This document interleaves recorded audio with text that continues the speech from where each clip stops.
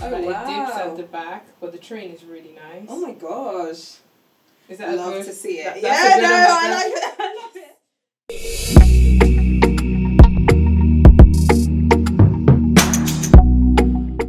This is fabric I'm going to be working with.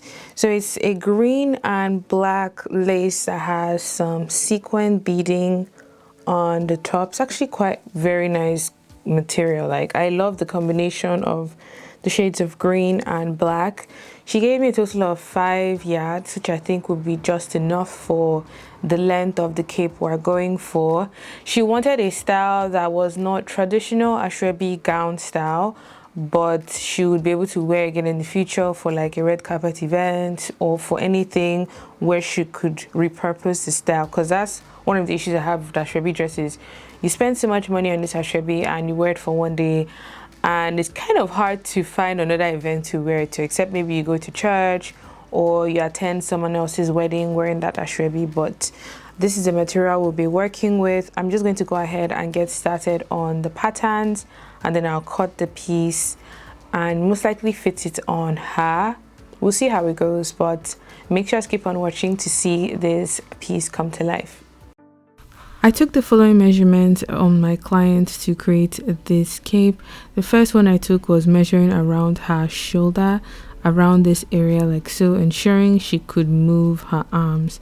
Next up, I measured and decided on the front leg of the cape. We wanted something that was just underneath the bust so you could see her waist and her hips. And then we went on to measure the length of the cape on the back. Now, once we have those measurements done, I used them to create the sewing pattern I'm going to be showing you guys in this video.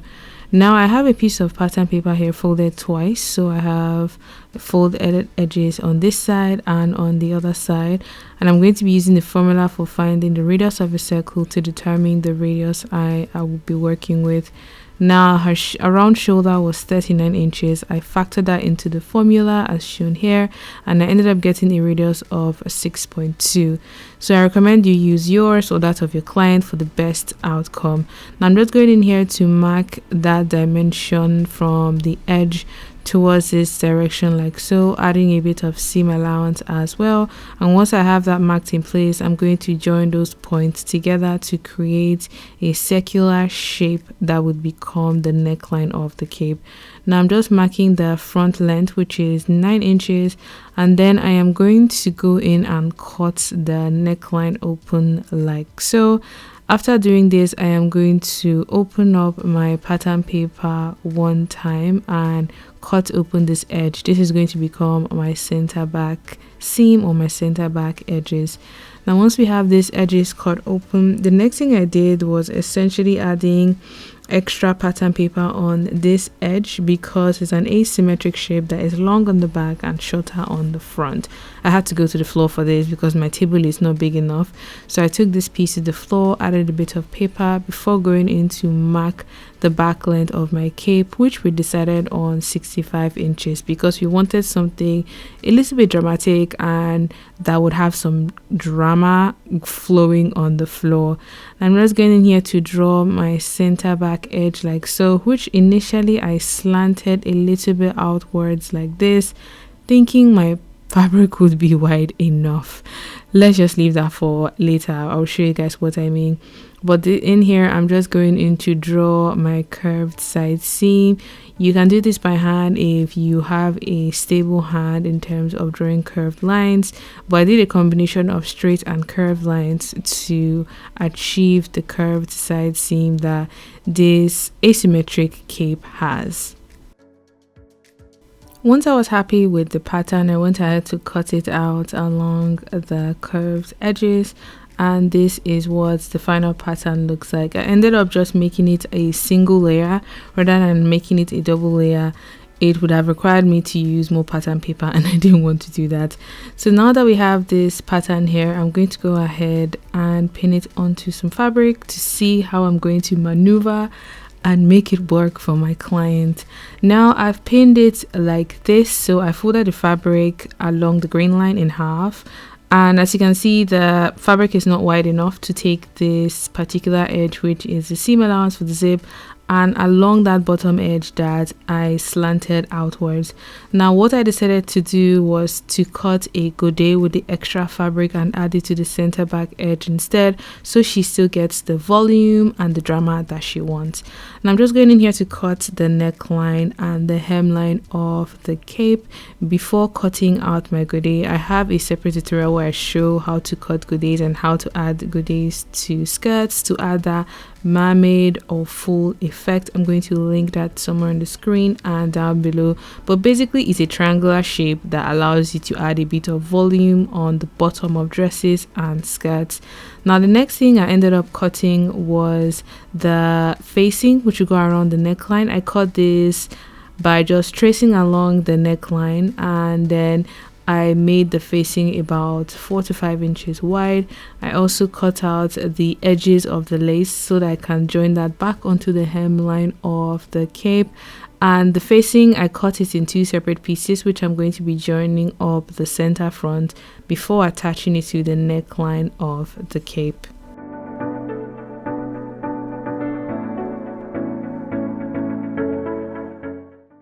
Now the first thing I'm going to be doing is to add the goodie on the center back edges, and I've pinned it along the open center back seam like so, and I'm going to be sewing them into that seam. Now I'm going to be sewing it in such a way that I would be joining wrong sides together first, trim down the seam allowance, and then sew it again, or like with right sides together. This is called the French seam, and it's a great way to finish laces, silks, chiffon, basically any fabric that is on the delicate side that you would see the seams through the garment and you want to have it nice and tidy on the inside. So once I was done with that, this is what the cape is looking like. The next thing I'm going to work on is attaching the facing to the neckline. Now I've already gone ahead to join the facing along the center front edge, so it's one piece, and I'm going to be pinning that right side together to the cape piece, and I'm going to be ensuring that this doesn't move around until I take it to my machine ready to be stitched. Now I'm going to be using the facing to finish the neckline of the cape, stitching on a 1 centimeter seam allowance, and then going back in and sewing the seam allowance to the inner layer of the facing so that keeps it tucked away on the inside of the piece. Now once I was done doing that, I took my piece to the ironing board and I gave it a nice press. Because the fabric has sequins and is very delicate, I just put a piece of cloth over it as I was ironing, because I cannot afford to burn a client's work. So this is what the cape is looking like. It's coming together really nicely, and I love the volume, especially at the bottom. Now I'm going to go ahead and add the lace trim. This I had to pin across the entire hemline first, just to ensure I liked the placement, and I had to join the lace in 2 places, so along the center front and along the sides, for it to go around the entire hemline of the cape. So once I was done pinning it in place and I was happy with how it sat on the hemline, I took this to my machine and I stitched it in 2 steps so it has a seamless finish on the garment. Now the first stitch I did was a normal straight stitch, and this essentially just to join the lace trim to the hemline of the cape. I did this all the way around the garment, and once I was done doing that, I went back in with a zigzag stitch, and this locks the edge of the lace trim to the hemline of the garment, and it just made it look a lot more tidy and clean. So once I was done doing that and I was happy with the fit so far, I went ahead to add the zip along the center back edge. I say this is optional. I just wanted my client to have the option of having a zip so it's easy to wear and take off the piece. And I'm just pinning this black invisible zip into the open center back edge, and I'm going to be stitching the zip into that particular seam, stitching downwards first on this side, and then I'm going to turn it to the other side and finish off the zip edge like so.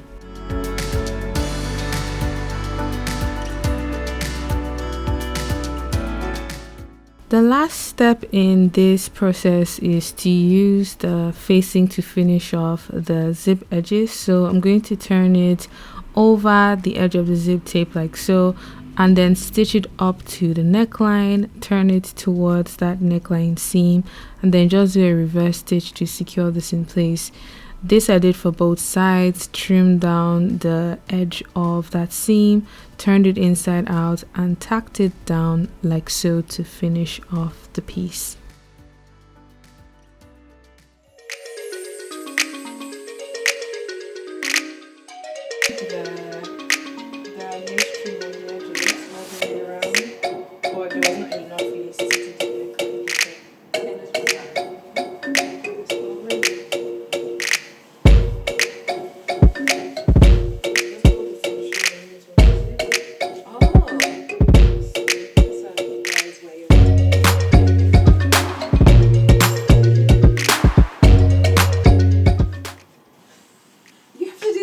Test, no? That's true. That's true. So because it has the train at the back, yeah, it's the back will dip. It's pulling it A little bit lower. What I might do is just pin this to what I'm wearing. Okay. I'm gonna take a picture from the back and I'll show you what it looks like. Yeah, passing the dancing test. Oh, sorry, I should say. So, see what I mean. Oh, that wow. It dips at the back, but the train is really nice. Oh my gosh.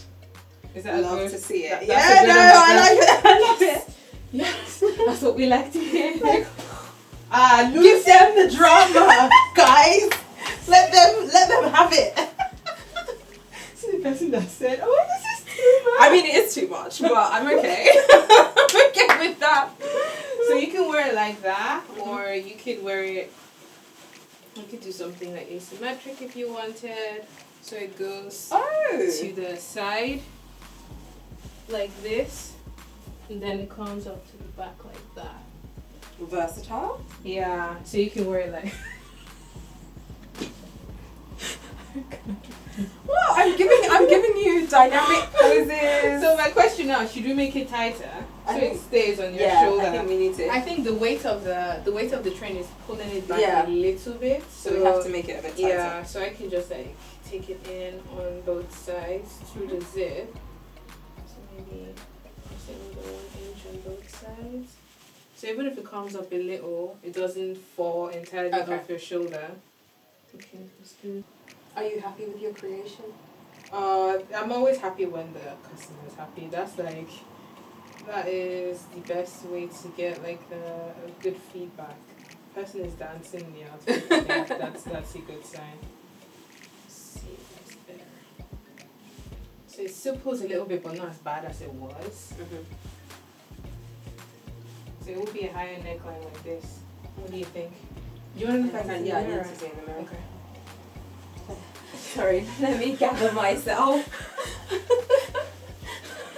Oh, actually, it's good to walk in it to see what it will do. After the fitting was done, I went in again to make the neckline a bit more secure on Azumta's neck. I think I took off about 2 inches on both sides, and that would prevent the neckline from falling down on the back and on the sides, and just have her feel more comfortable in the piece. I was so grateful that she gave me the opportunity to make this cape for her, because she's actually the planner for my wedding, and it just felt like a great way to do something for her, because she has been so helpful to me, not just planning the wedding, but as a human being and as a friend. And she wore this for a wedding in September. She paired it with a matching Asoebi gele, or ashoke correction, and she just looked so fabulous. The girl has so much style and swag, but this is what the final look looks like all together. I just love how she looked and how she styled it. If you guys enjoyed this video, make sure to give it a thumbs up, show it some love by leaving lots of comments down below in the comment section. If you recreate the style, feel free to tag me on social media at Kim Dave Designs. If you have any other suggestions, ideas, or concepts I should try out for my YouTube channel, don't forget to share in the comment section too. Until my next video, have a good morning, afternoon, and evening wherever you are. Bye.